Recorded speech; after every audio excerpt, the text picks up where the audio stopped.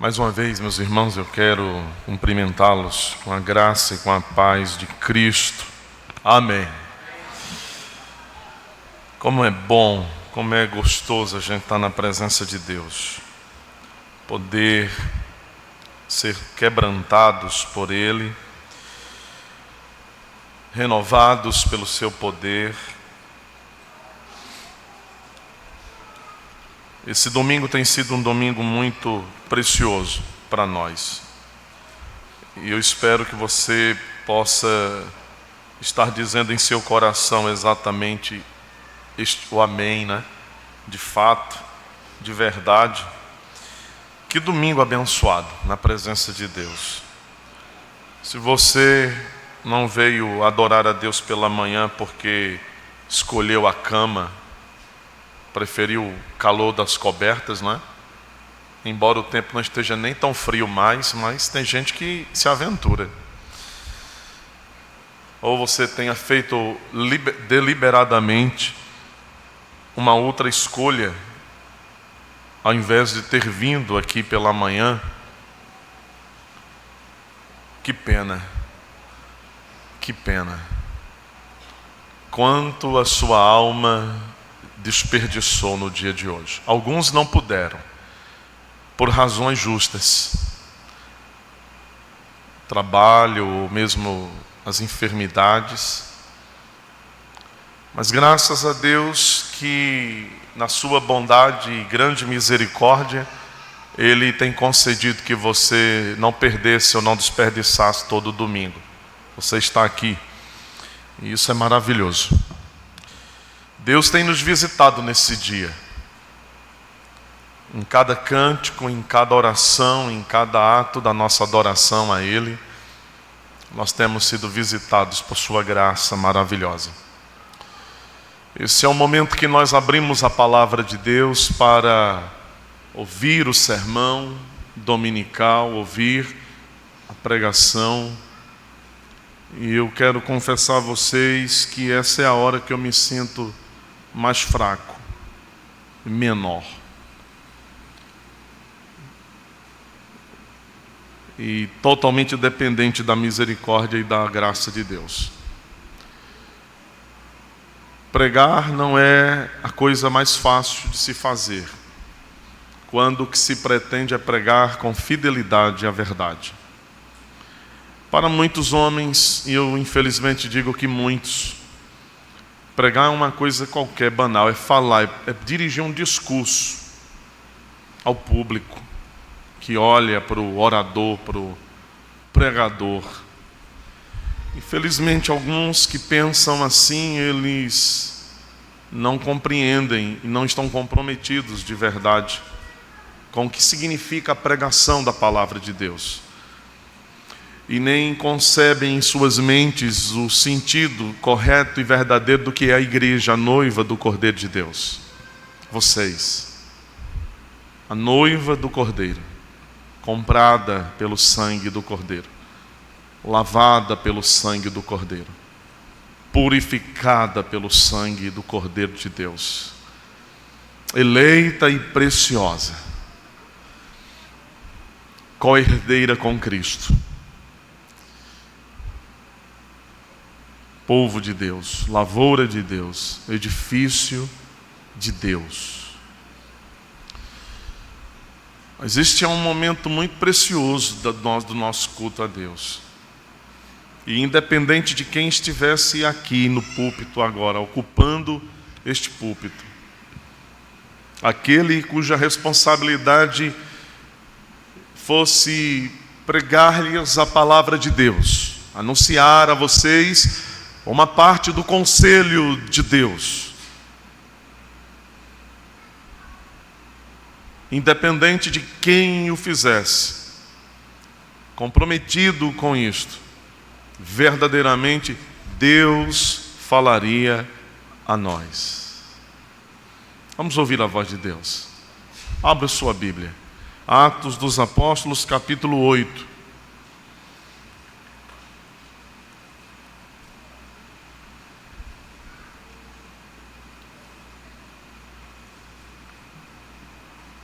Atos dos Apóstolos, capítulo 8.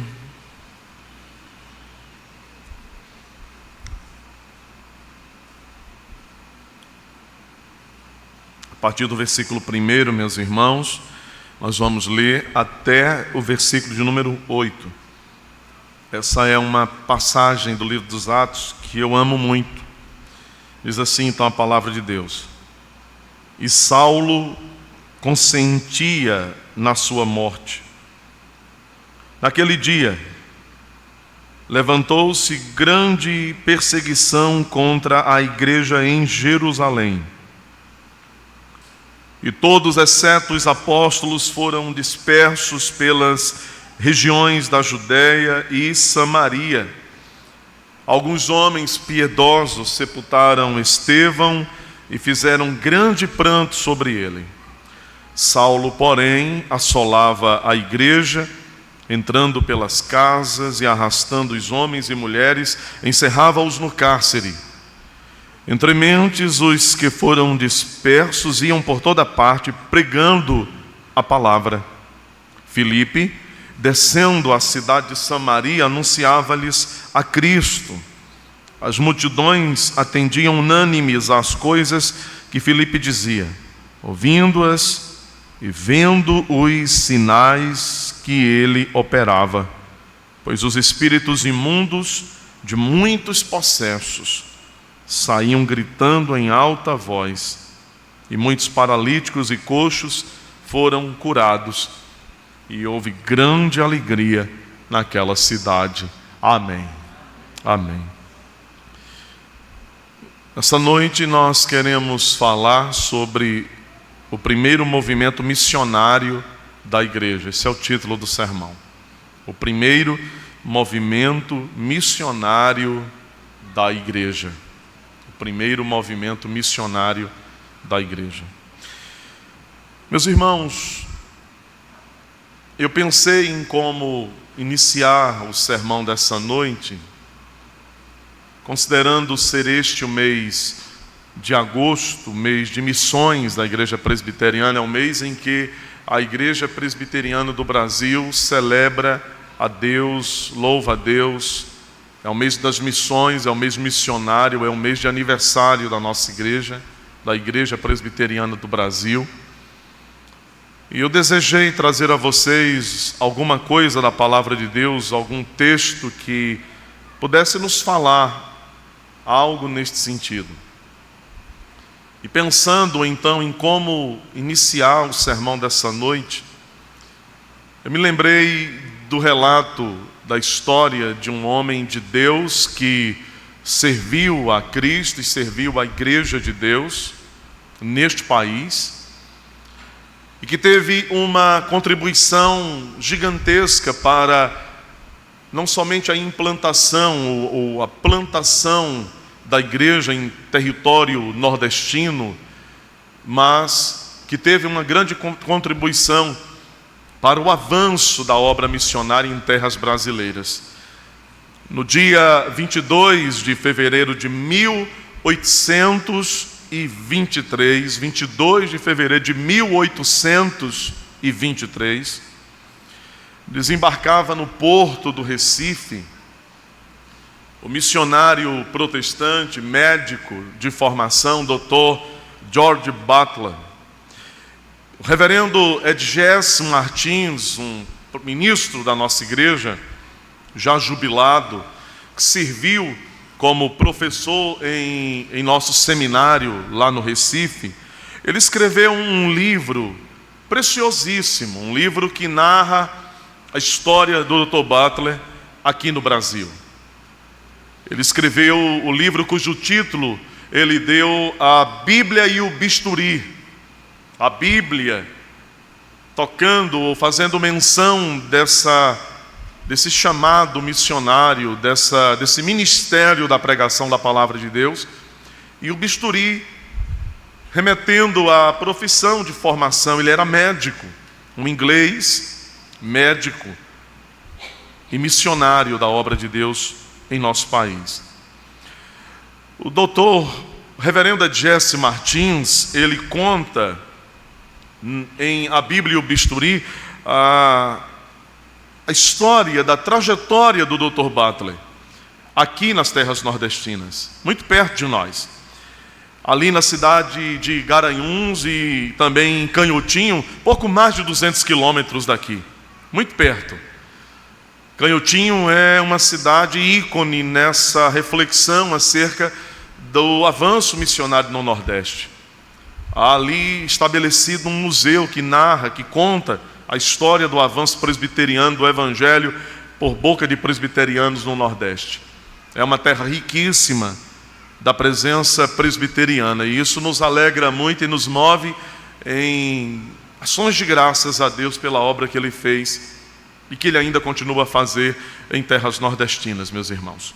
O reverendo Edjesse, ele conta que a igreja presbiteriana dos Estados Unidos havia enviado ao Brasil, até a data que o Dr. Butler havia chegado aqui, as missões americanas já haviam enviado 23 missionários ao país.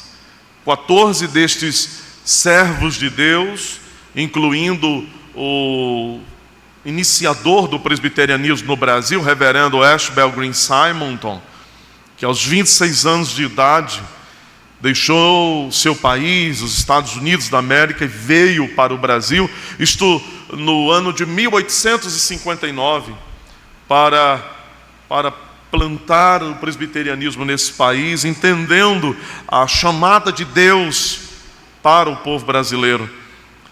Dr. Edjesse, ele lembra que as missões do sul dos Estados Unidos já haviam enviado 14 missionários ao país. 14 ao sul do nosso país e 9 missionários ao norte e nordeste do nosso país. 23 missionários. Dr. Butler, ele é o nono desta contagem a colocar os pés em nossa terra, os pés em terras nordestinas. Esse é um livro que você deveria ler antes de chegar no paraíso, como diz o pastor... esqueci o nome dele agora. Jonas Madureira, obrigado. Esse pegando gancho e fazendo coro, você devia ler esse livro antes de chegar no paraíso. Então corra, você não sabe o dia que vai colocar o pé lá do outro lado. Então corra, compre a Bíblia e o bisturi de Edjesse Martins. Nesta obra, o Dr. Edjesse, ele narra como o Dr. Butler e o padre Cícero Romão, conhecidíssimo em nosso Nordeste, por todo o Brasil, é claro. Ele narra como estes homens, eles viveram no mesmo tempo, no mesmo período, no mesmo contexto, de momento, de época.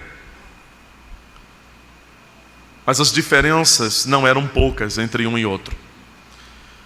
Como o protestantismo, meus irmãos, não cria devotos, o protestantismo não cria ícones em torno deles, uma devoção, os rumos de um e outro, de Cícero e de Butler, seguem em direções opostas, diferentes. Em Canhotinho, como há pouco eu me referi, ficou apenas o túmulo do Dr. George Butler. Ele aqui morreu e aqui está sepultado. Um homem talentoso e dedicado ao Senhor, que deixou o seu nome gravado na história. Ao contrário do Dr. Butler, em Juazeiro do Norte criou-se um semideus, um ícone religioso, um santo, fruto da religiosidade popular, junto ao túmulo daquele homem, uma estátua celebrando, que muitos acreditam, pasmem, alguns acreditam que nem tenha morrido de verdade. A que ponto chega a imaginação humana? A história do reverendo George Butler é apenas uma parte maravilhosa da história da igreja presbiteriana, da história do presbiterianismo em terras brasileiras. Presbiterianismo que no último 12 de agosto comemorou 165 anos de história. Isso nos alegra muito. Somos uma denominação histórica, uma igreja histórica instalada neste país há 165 anos. Nós não nos alegramos por causa da instituição em si e apenas, mas nos alegramos na presença de Deus, o que nos motiva, meus irmãos, a rendermos ao Senhor ações de graças. Porque sem sombra de dúvida,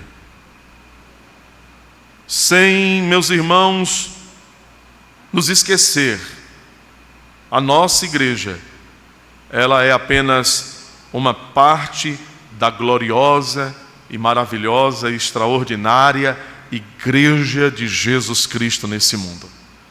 Nos alegramos por isso, acima de tudo. Pela história do presbiterianismo, sim, pelo seu avanço, pelas suas conquistas, pelo serviço, pelo trabalho, pela propagação do Evangelho, amém. Nos alegramos acima de tudo porque somos uma parcela da multidão que foi comprada pelo sangue precioso de Cristo Jesus. A multidão que herdará o novo céu e a nova terra.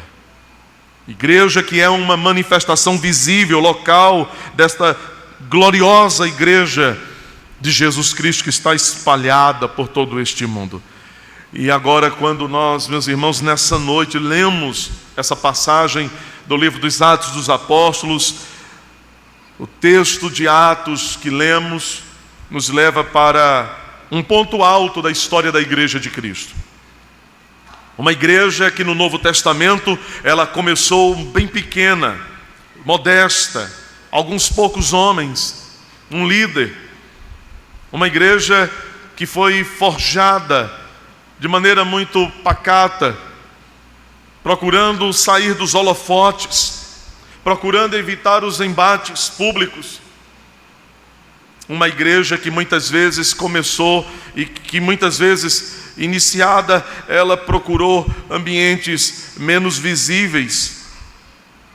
Uma igreja que no Novo Testamento começa assim pequena e rapidamente ela ganha crescimento e cada vez mais e mais pessoas foram sendo salvas, agregadas, incluídas no corpo da multidão dos salvos. Uma igreja enviada agora pelo Senhor ao encontro daqueles que além fronteiras careciam da graça salvadora de Deus, que além das fronteiras de Israel e que além das fronteiras daquela região, ali da Palestina e das adjacências, o Senhor agora envia esta igreja para além mar, para pregar o Evangelho, para anunciar aos homens as boas novas de salvação, a única ferramenta, o único instrumento que pode salvar os homens e convertê-los a Jesus Cristo Senhor. Em Atos 8, em nossas Bíblias traz o título, se você olhar, tem aí em negrito, em Atos 8, a perseguição, ou a primeira perseguição à igreja, é o título que está aí. E isso não está errado, meus irmãos, isso está correto. Mas eu quero, contudo, oferecer um novo título a esse texto, e é o título deste próprio sermão. E o título é o primeiro movimento missionário da igreja. Porque de fato a igreja está sendo perseguida aqui. É a primeira grande perseguição contra a igreja. Mas muito mais que isto. Este é o primeiro movimento de deslocamento, de saída daquele centro de convergência que era Jerusalém, para cumprir a mensagem de Jesus, não somente Jerusalém, mas Judeia, Samaria e até os confins da terra. Trazer pessoas de todas as partes para compor a igreja, este é o plano de Deus. Milhares e milhares de todas as partes, homens e mulheres, jovens e velhos, todos quantos podem ouvir o Evangelho e foram escolhidos na eternidade por Deus soberano para que sejam trazidos e integrem esta gloriosa reunião dos salvos e adorem a Deus no Espírito e celebrem a Deus numa mesma fé, no mesmo batismo, no mesmo Deus, para a glória dele. É a obra missionária, revelando que Deus é o primeiro e o grande e por excelência o maior missionário que pode existir. Ele mesmo que descendo dos céus vem ao encontro dos pecadores. Ele mesmo que descendo dos céus vem ao encontro daqueles que não o amavam, que não procuravam por ele, para que sejam amados, para que sejam achados, encontrados, de maneira que nós possamos bendizê-lo, meus irmãos, porque de fato nós o amamos, porque verdadeiramente ele nos amou primeiro. Aleluia! Ele nos amou primeiro. Como o Senhor, como o próprio Deus, meus irmãos, ele deu cumprimento a esse projeto, afinal, de integrar homens nesta igreja. Como ele fez isso? Como ele levou a cumprimento e tem levado este projeto de salvação fora de Jerusalém, por meio da sua igreja? E o que temos nesse texto aqui é uma amostra muito preciosa de como ele começou a fazer isso lá atrás, muito antes de nós. E como ele ainda hoje usa o mesmo expediente, o mesmo procedimento. Porque afinal de contas, assim como aquela igreja que estava em Jerusalém e que é movida para fora, para pregar a palavra de Deus, para anunciar Cristo, nós também temos sido por Deus comissionados para dizer aos homens: só Jesus Cristo é o Senhor e o Salvador dos homens. Louvado seja o seu nome glorioso. Neste texto, 3 lições que podemos daqui extrair, podem nos ensinar muita coisa importante sobre este primeiro movimento missionário da igreja no primeiro século. A primeira destas lições está localizada no versículo 1. E Saulo consentia na sua morte. Naquele dia levantou-se grande perseguição contra a igreja em Jerusalém. Todos, exceto os apóstolos, foram dispersos pelas regiões da Judéia e Samaria. A primeira lição: Deus usa meios mais indesejáveis ou não convencionais para cumprir os seus objetivos. Deus usa meios nada convencionais ou meios indesejáveis para cumprir os seus objetivos. Ele é um Deus extraordinário. Ele é capaz de falar muita coisa em pouca palavra. É o que eu não consigo, falar muito a vocês em pouco tempo. Por isso eu me estendo. Ele é um Deus extraordinário. Ele é capaz de fazer coisas grandiosas quando nós sequer podemos imaginar que alguma coisa grande possa estar acontecendo, mas Ele está trabalhando. Nós não conseguimos perceber o que está acontecendo até que as coisas saltem os nossos olhos, mas Deus trabalha no escuro, no oculto. Ele trabalha às vezes longe da percepção dos nossos olhos, longe da percepção dos nossos sentidos. Ele é Deus verdadeiramente poderoso, extraordinário, glorioso, grandioso, de maneira tal que Ele é o Deus que usa os meios indesejáveis para levar a cumprimento os seus gloriosos objetivos, meus irmãos. Nós sabemos certamente, sabemos que sendo este Deus, o Senhor soberano, sendo o Senhor todo-poderoso, nada lhe pode deter a mão. Sendo o Senhor soberano, sendo este Deus o Deus todo-poderoso, nada lhe pode impedir de agir. Operando o Senhor, quem impedirá? Ninguém pode frustrar os seus planos. E em toda a Escritura, meus irmãos, nós podemos ver exemplos maravilhosos de como Deus levou a cumprimento a sua vontade, sem nunca o Senhor encontrou um adversário que lhe pudesse resistir à mão. Ele derruba reis, Ele destrói impérios, ele coloca poderosos na lama, fazendo-os comer o capim. Os orgulhosos ele abate, os presunçosos ele envergonha, ele faz dos sábios tolos, ele faz dos poderosos fracotes. Não há quem possa resistir ao seu poder, não há quem lhe possa enfrentar e sair vitorioso na batalha. Quem entraria no duelo com este Deus Todo-Poderoso? Ele é invencível. O Senhor, meus irmãos, Ele é capaz de usar os meios mais indesejáveis a nós, a fim de fazer com que o seu Evangelho, a sua palavra, chegue verdadeiramente àqueles que Ele escolheu para que alcancem estes a sua salvação bendita.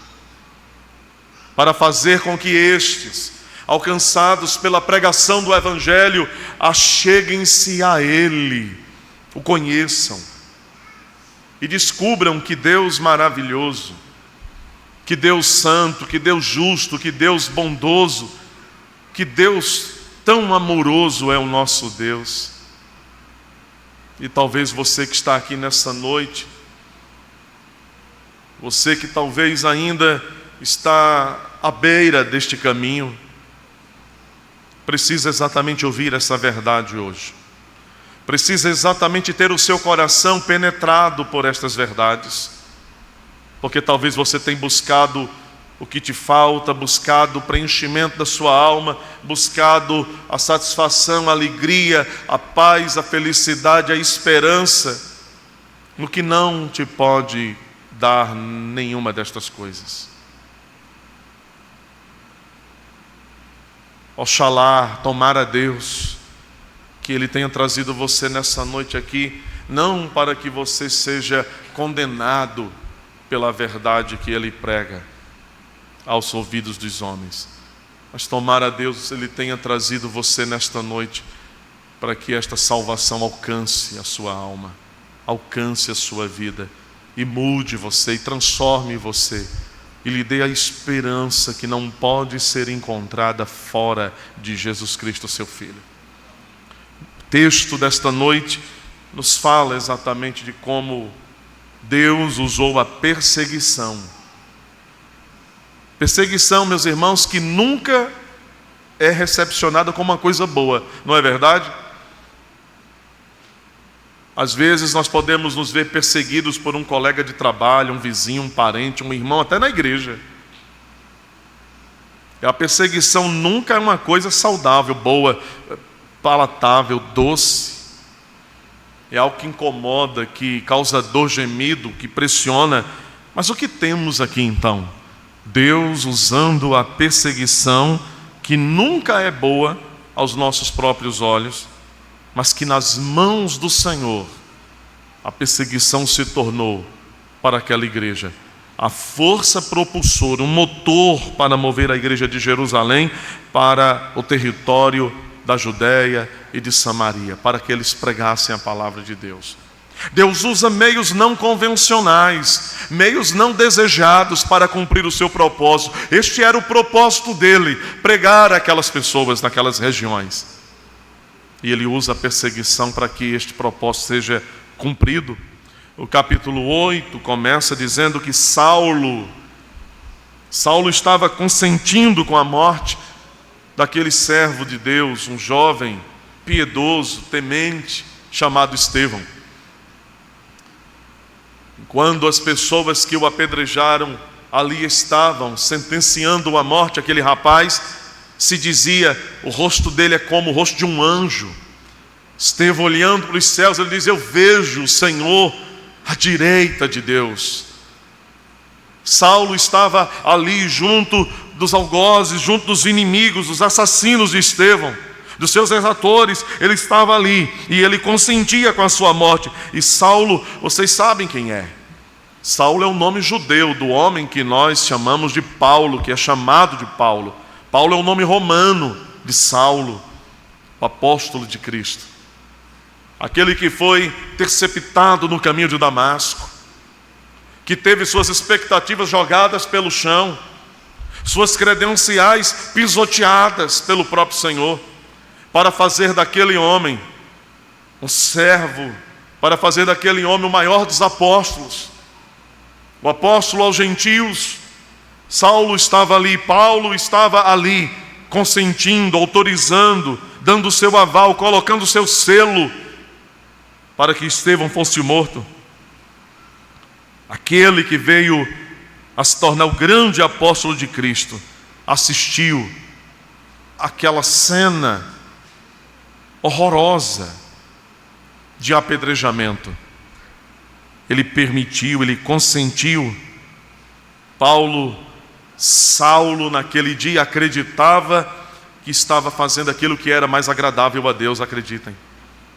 Ele acreditava que ele era o instrumento de Deus para acabar com aqueles que, na imaginação dos judeus, parecia perturbar, corromper a lei, querer destruir os costumes, remover os marcos antigos. Saulo tinha os seus olhos tapados, ele não era capaz de ver a verdade diante de seus olhos, ele não era capaz de perceber a verdade sobre Jesus e o que Jesus havia começado nas terras da Galiléia, da Judéia e em Jerusalém. A morte de Estevão, algo indesejável, deflagrou uma grande perseguição contra os discípulos que estavam em Jerusalém, a igreja em Jerusalém. A centelha na ponta do pavio.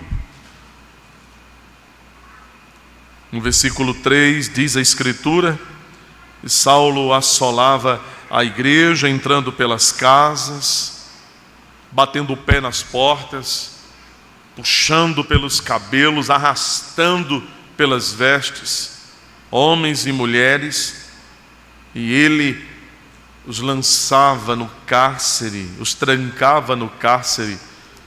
Observe você, no versículo 3, há um verbo que é proposital aqui no texto, quando diz que Saulo assolava. E este verbo assolar, usado por Lucas ao escrever o livro dos Atos dos Apóstolos, este é um verbo que naqueles dias, nos dias do primeiro século, era usado para falar da destruição de uma cidade, assolar uma cidade, arrasar uma cidade.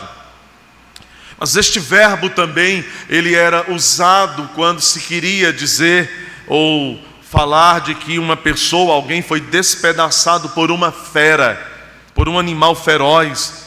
Então alguém que era atacado por uma besta, por uma fera, e era despedaçado, destroçado, este era o verbo que se usava, o verbo assolar. E ele está sendo usado aqui pelo autor bíblico. E isto significa então dizer que o objetivo de Saulo em relação aos discípulos, em relação à igreja, Saulo agia como um animal feroz. Era seu objetivo despedaçar a igreja, a aniquilar a igreja, a acabar com os seguidores de Jesus Cristo. Não dizia respeito apenas uma mera oposição de ideias, uma oposição de discursos, um enfrentamento de diálogo, ainda que acalorado, mas era apagar, dizimar, riscar do mapa a igreja, os discípulos, os seguidores do Messias. E com isso, portanto, aquela igreja iniciou um movimento de saída a partir daí, um verdadeiro movimento missionário deu início nesse momento. Saíram pelo território da Judéia e da Samaria, pregando a palavra de Deus, porque Deus usou um meio indesejável para cumprir este propósito. A segunda lição que esse texto nos dá está no verso 4 especificamente. Deus é poderoso, meus irmãos, para transformar o mal em bem. Amém. Ele é poderoso para mudar, para transformar, para direcionar aquilo que, humanamente falando, parece tão ruim, tão mal, tão hostil. E Ele é capaz de transformar isso em benefício, fazer disso um bem para o povo de Deus, para a sua própria obra. Os planos de Saulo eram planos perversos, como nós já vimos. Eram planos maus, mas Deus mudou o quadro. Ele virou a mesa. Ele mudou a direção das coisas. Ele transformou o mal em bem.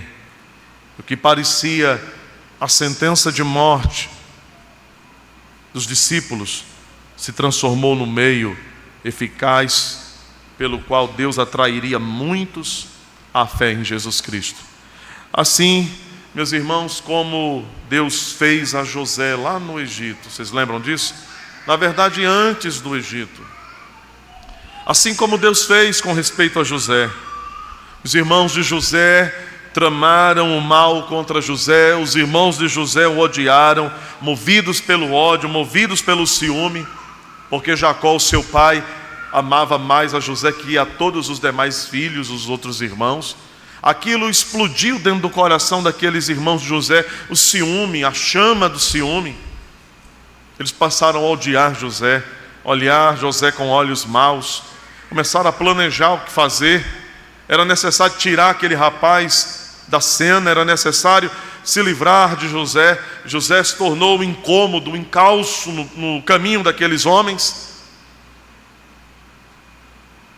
E eles planejaram, arquitetaram, pensaram inicialmente em matar José, até que um deles ponderou, era a mão da providência de Deus agindo no coração de Rúben. Era Deus livrando o seu filho. Não era a hora de morrer, porque há dia para nascer, há dia para morrer. Você não nasce, você não nasceu por obra do acaso. Não foi o seu pai ou a sua mãe que escolheu o dia que você ia nascer.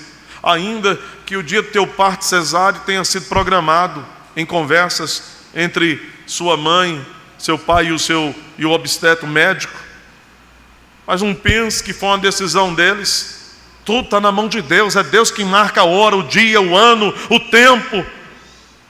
Os apóstolos, depois da ressurreição, indagaram a Jesus e disseram: Senhor, será este o tempo em que restaures o reino a Israel? E Jesus diz: não compete a vocês saber os tempos e as épocas que o Pai reservou pela sua exclusividade. Ele é o Deus que tem o tempo. Há um tempo determinado para todo o propósito. Eclesiastes capítulo 3. Não era o dia de morrer. Jogaram José na cova, no poço. Uma caravana ismaelita vai passando. Eles dizem então: vamos fazer assim, vamos vendê-lo aos ismaelitas. Tiram o rapaz dentro do poço, vendem o moço. Ele vai parar no Egito. E no Egito você conhece bem a história. José é vendido como escravo, servo. Mas ali José enfrenta a falsa acusação de abuso sexual. Então não é coisa nova isso. Ele diz um não para a mulher. Parece inimaginável que homem seja capaz de dizer não a alguma mulher, não é? Que o tenta ferozmente. Mas é possível sim. Agora o problema é que parece que às vezes algumas mulheres não suportam quando são rejeitadas. E a mulher de Potifar, ela pode ser a patrona daquelas que não suportam receber um não, né? E tentado, temendo o seu Deus e honrando o seu senhor terreno, Potifar, ele se nega a tirar proveito de uma mulher que não era sua. É acusado injustamente de abuso sexual, de assédio. Recebeu um nome bonito, né? Assédio. Ele é preso, jogado no cárcere. Meus irmãos, acusado de um crime que não cometera, colocado atrás das grades, humanamente falando, sem perspectiva alguma humana de sair dali. Mas Deus tinha planos para aquele moço. Plano de uma um plano de uma extensão desafiadora à nossa compreensão. Porque você talvez, eu não sei se já fez a ligação, o raciocínio de pensar que você está aqui porque Deus tirou José da prisão e fez ele governador do Egito. E certamente a gente não tem tempo para estruturar essa timeline toda, de estruturar todo o segmento de cada quadro, mas leia a Bíblia e você verá isso. E por que podemos fazer essa afirmação? Porque o Senhor, tirando José da prisão, elevando ao status de governador, o faz para que através dele, de sua autoridade, ele livrasse da morte não somente seu pai e seus irmãos, preservando assim a linhagem de Abraão, de Isaac, de Jacó, de onde surgiria o tronco de Jessé, de onde brotaria Davi, o rei, de onde viria Jesus Cristo, o Salvador, Filho de Deus, para que fôssemos salvos e estivéssemos aqui hoje. De um modo não convencional, de um modo indesejável, Deus coloca aquele rapaz na prisão para elevá-lo a governador, porque o plano de Deus e em seu poder é transformar o mal em bem. Este é o nosso Deus.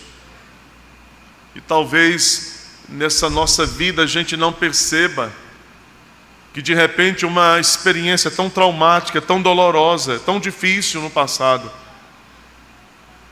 Deus transformou em bem, porque foi uma ferramenta para convergir as coisas na direção de que nós fôssemos humilhados, quebrantados, talvez em nosso orgulho, e percebêssemos que estávamos tão perdidos, e agora, ouvindo o Evangelho, nós conhecemos a graça salvadora de Deus. Talvez seja essa também a sua experiência em algum grau, em alguma medida. E semelhante ao que Deus fez com José, Deus está agora aqui em Atos 8 usando a perseguição, fazendo com que aquelas pessoas saíssem do conforto de sua cidade, do conforto de suas casas, do conforto de seus bairros, do conforto de suas famílias. E agora note você o que diz as Escrituras, verso 4.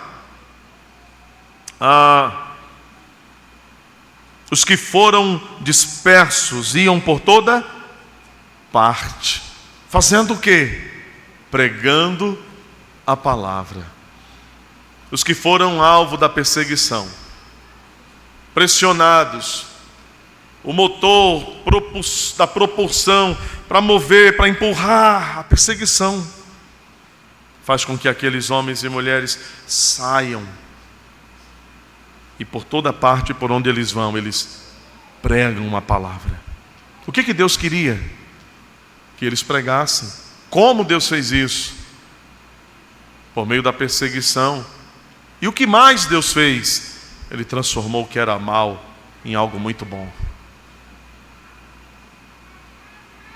Duas vezes esse texto faz referência à pregação da palavra. A primeira está aqui no versículo 4, na parte final, pregando a palavra. E a segunda vez, está no versículo 5, quando diz que Filipe, descendo a cidade de Samaria, anunciava-lhes a Cristo, pregava a palavra. Duas vezes no texto esta referência é feita à pregação da palavra, proclamação de Jesus Cristo. E aqui, meus irmãos, é muito importante que isso seja destacado, percebido no texto. Principalmente porque no tempo que nós vivemos hoje, no tempo que nós estamos vivendo, a pregação da palavra de Deus tem sido preterida, tem sido deixada de lado, tem ganhado muito pouco espaço, tem sido reduzido o tempo da pregação cada vez mais, para que nas igrejas as pessoas dancem, gritem, rodem, pulem, para que moças e rapazes deem licença, viu? Dizendo que estão dançando porque Davi dançou, envergonhando, Davi está se remexendo no túmulo. A pregação da palavra de Deus em nossos dias tem sido abandonada para que todo tipo de movimento ganhe proeminência. Teatros, danças.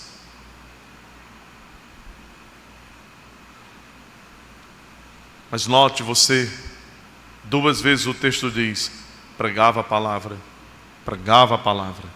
anunciava a Cristo, anunciava a Cristo. Esse tem que ser o foco. Tem que ser o objetivo. Embora o texto, meus irmãos, de Atos 8 que lemos, e nós não queremos colocar um pano escuro sobre isso e esconder, nós não precisamos. Na verdade, nós temos que ser fiéis à palavra de Deus.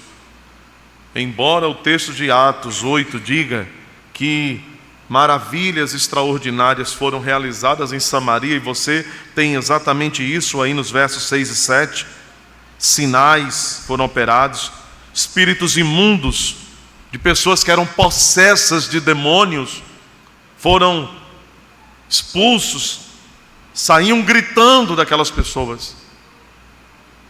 Paralíticos voltaram a andar, pessoas foram curadas. O texto diz que naquele dia milagres aconteceram, sinais maravilhosos foram operados. Mas embora o texto diga que estas coisas aconteceram, não eram estes milagres ou sinais o centro do avanço ou do movimento missionário daquela igreja. Embora aquele fosse um momento próprio e de muitas operações do Espírito Santo, de muitos dons extraordinários e de muitas capacitações maravilhosas do Espírito Santo, mesmo assim, e consideradas todas estas razões, essas questões, ainda assim, o texto é claro, é preponderante, é assertivo, é central em dizer 2 vezes que a palavra era pregada. Isso significa que anunciar pela pregação a Cristo era o centro da missão da igreja, e ainda precisa continuar sendo. Igreja de Cristo que prega a Cristo. E o texto não diz que primeiro, que milagres foram feitos. O texto diz primeiro que a pregação da palavra foi feita. E o texto é precioso demais nesse sentido. Mas há um outro detalhe com respeito aos milagres que aconteceram em Samaria, contrariando talvez as expectativas de algumas pessoas que em nossos dias elas têm procurado afirmar que fazer milagres e sinais precisa ser o centro da igreja evangélica. Isso é falso, isso não honra o Espírito Santo não está interessado nisso. Agora observe, e aí o detalhe para o qual chama a sua atenção. Nós lemos esse texto e vimos que muitas pessoas saíram de Jerusalém por causa da perseguição. Mas note que quando o texto se refere aos milagres, aos sinais, o texto não diz que os discípulos, os crentes daquela igreja, que eram missionários naquele momento, estavam fazendo sinais e milagres, expulsando e fazendo todo tipo de sinal e maravilha. Não diz, o texto não diz isso. Se você olhar para o texto diz claramente que Filipe é quem fazia estas coisas. O diácono Filipe, o Filipe evangelista, o Filipe comissionado pelos apóstolos. É isso que o texto diz. Portanto, meus irmãos, esta é uma lição preciosa para nós. Deus transforma o mal em bem para cumprir o seu propósito salvador. Terceira lição, versos 6 a 8. Deus promove a maior alegria ao coração do homem, a salvação. É Deus quem promove a maior alegria no coração humano. O que pode lhe dar maior alegria? O que pode lhe dar maior contentamento? Há muitas coisas que alegram o nosso coração. Há muitas coisas que nos trazem contentamento, felicidade. E nós não estamos negando nenhuma delas. Mas nenhuma delas seria nada, significaria nada, se não tivéssemos a alegria da salvação em nosso coração. Porque ainda que todas as demais alegrias menores desta vida te faltem, ainda que todas as alegrias que possam ser conquistadas, ganhadas, desfrutadas, experimentadas ao longo dessa vida, ainda que elas nos faltem, ainda que nos vejamos privados, desprovidos destas alegrias, se tivermos a alegria da salvação, então, como Abacuque, nós também poderemos declarar: ainda que o produto da oliveira minta, ainda que não haja fruto na videira, ainda que as ovelhas sejam arrebatadas do aprisco, não haja vacas no curral, ainda assim eu me alegrarei e exultarei no Deus da minha salvação. Glória, aleluia. Deus promove a maior alegria ao coração humano, que é a salvação. A perseguição rendeu um esforço missionário muito produtivo. Verso 6 diz que as multidões atendiam unânimes as coisas que Filipe dizia, ouvindo-as. Note a ordem: ouvindo, primeiro, ouvindo. A fé vem pelo ouvir. E diz o texto então, em segundo lugar, vendo os sinais. Esta ordem é importante, porque é uma ordem que sinaliza prioridade. Primeiro, ouvir a pregação. Sinais aconteceram, mas a prioridade era a pregação. Mas esta ordem também nos ensina algo ainda também muito maravilhoso, muito importante. É que o que foi visto estava atrelado à própria pregação, agregado, conectado à pregação. Não era apenas uma reunião de milagres. Ainda ontem, eu vim ao centro da cidade eu tive que reduzir a marcha do carro. Tinha um carro de som de propaganda à minha frente, coisa comum. E a propaganda tinha um homem de voz grave, bem mais grave do que a minha. Aquela voz assim que é para impressionar, né?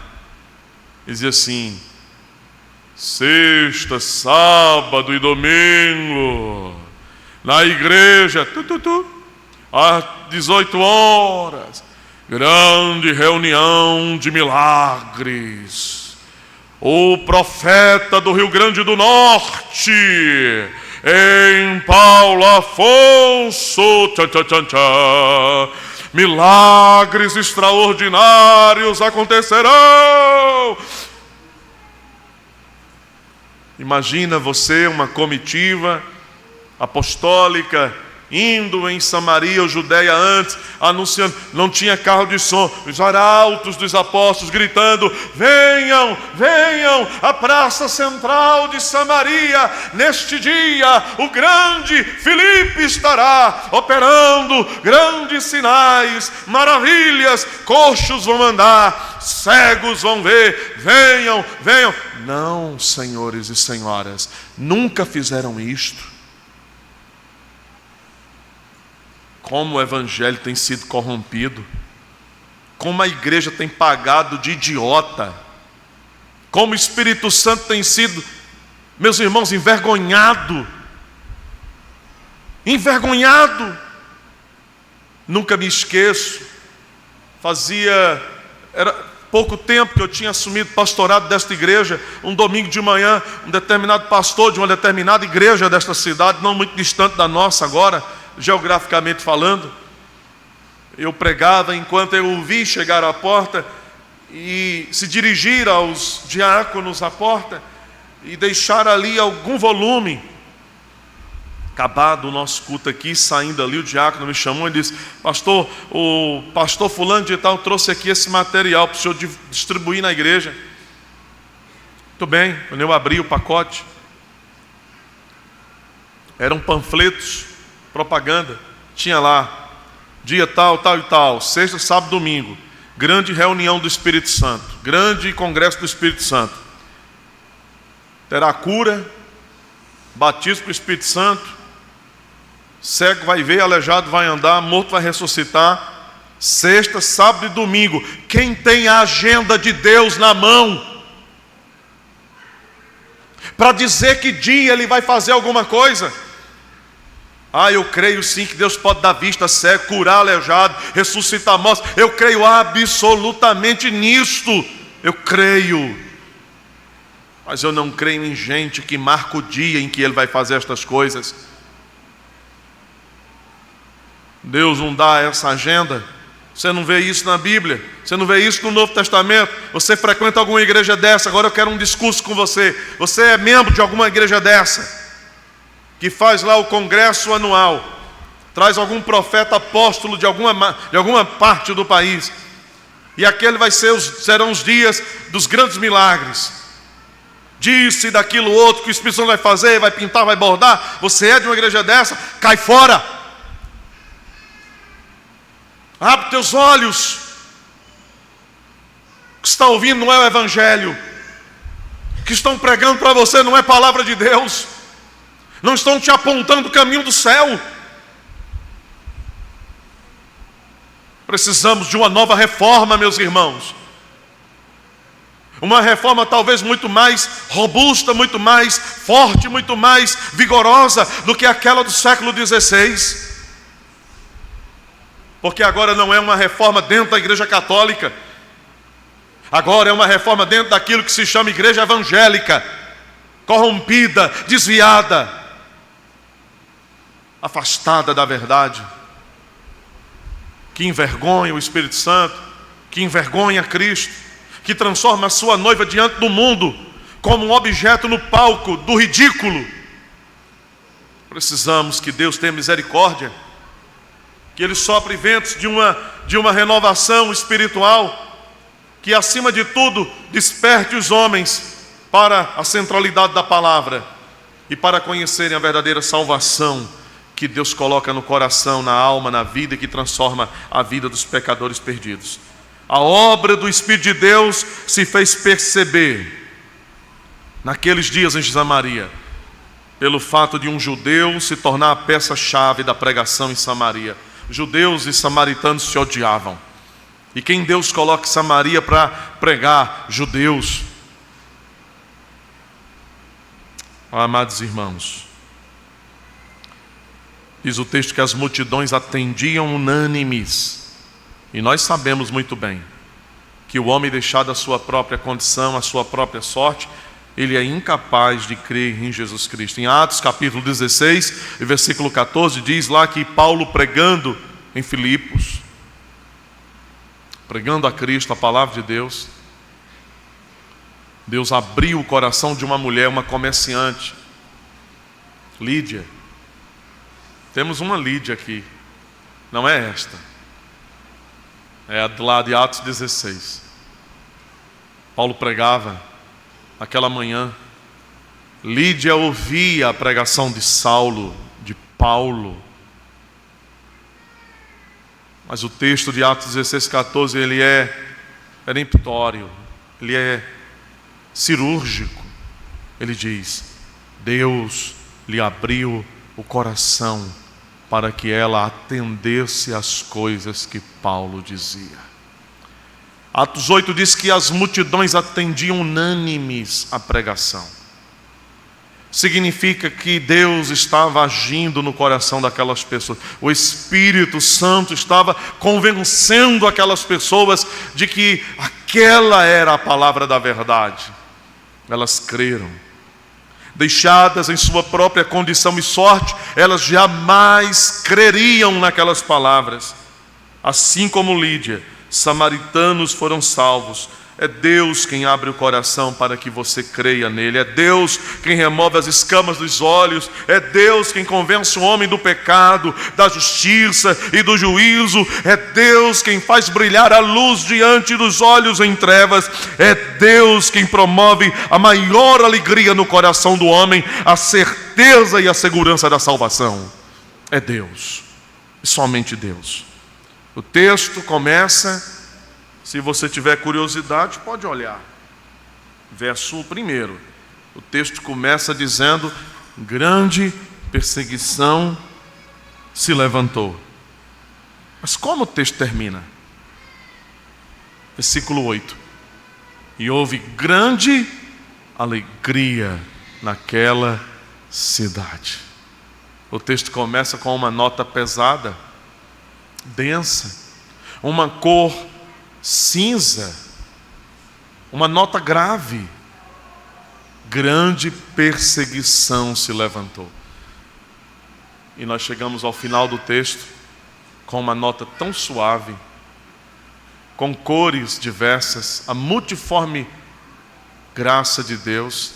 O texto termina: grande alegria se fez naquela cidade.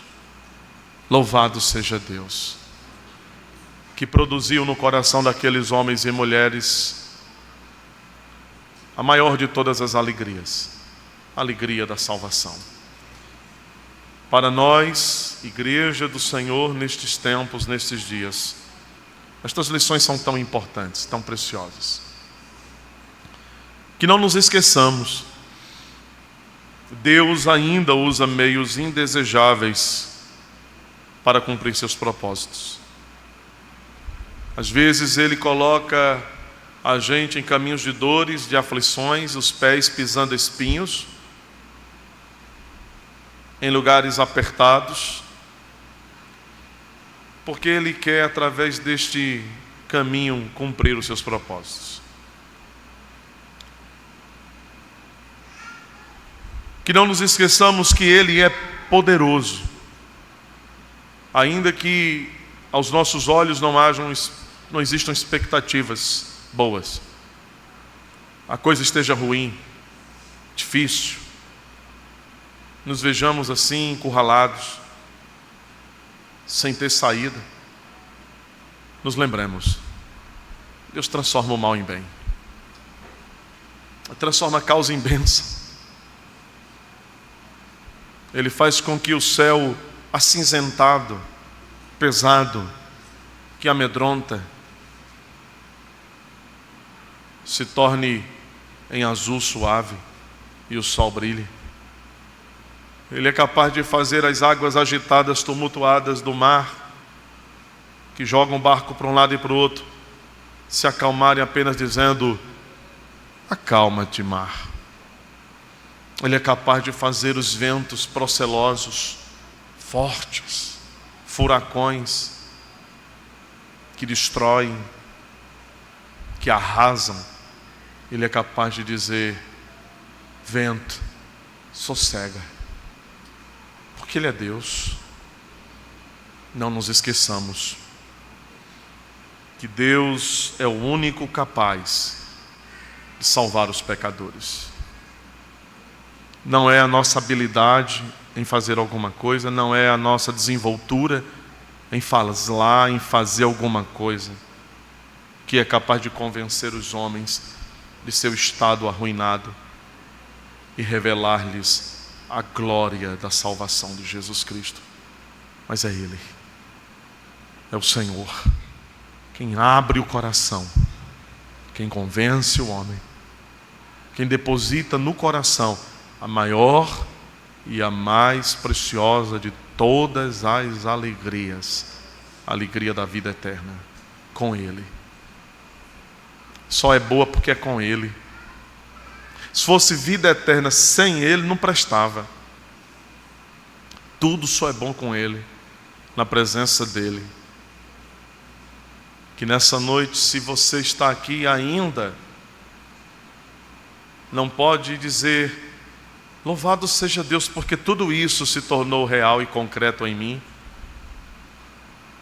que você possa hoje experimentar todas estas coisas. Como igreja presbiteriana, temos a missão de evangelizar, de pregar, de fazer missões.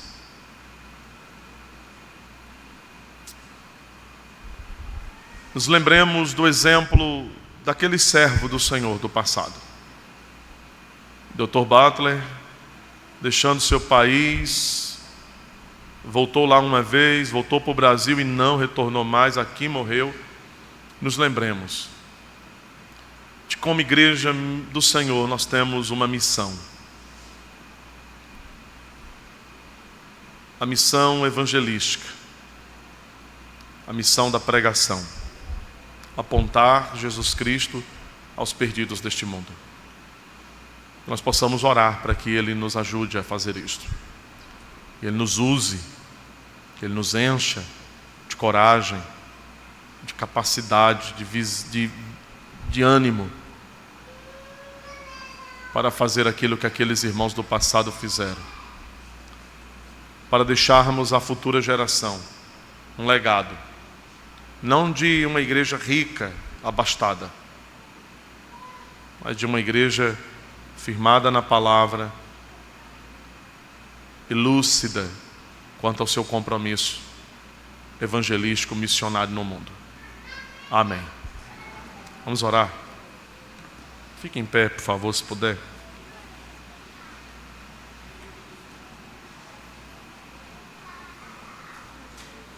Nosso bom Deus, como é bom ouvir, Senhor, a Tua voz. Como é bom, Senhor, compreender a Tua palavra. Como é maravilhoso estar na Tua presença. Ó Senhor, que nesta noite a Tua salvação alcance os que precisam ser salvos ainda. Que nesta noite a Tua igreja, Senhor, se veja reanimada pela Tua palavra, pelo poder do Teu Espírito. Mais convicta, Senhor, da maravilha da Tua revelação e do chamado glorioso que Tu nos tem dado para Te servir neste mundo. Que ao sairmos daqui, Senhor, nós possamos voltar para as nossas casas maravilhados, regozijando na Tua presença, agradecidos ao Senhor por nos ter dado um domingo tão abençoado na Tua presença, Senhor. Que o Senhor cure os enfermos, que o Senhor abençoe as famílias, que o Senhor fortaleça o casamento dessas pessoas, o nosso casamento. Que o Senhor anime a Tua igreja e fortaleça a comunhão do Teu povo. Que o Senhor cumpra toda a Sua vontade em nós e sabemos verdadeiramente que o Senhor fará isto, porque o Senhor é Deus. Abençoa, Senhor, a igreja presbiteriana nesse país e todas as igrejas, todas que são verdadeiramente Tuas, independente da placa que elas levantam. Que as Tuas igrejas estejam comprometidas com a Tua palavra e que preguem a Tua palavra e que sejamos inspirados, motivados ao exemplo deste primeiro grande movimento missionário no primeiro século, animados a anunciar os homens a Jesus Cristo, Senhor. É assim que nós Te oramos, Pai, em nome de Jesus. Amém. Amém.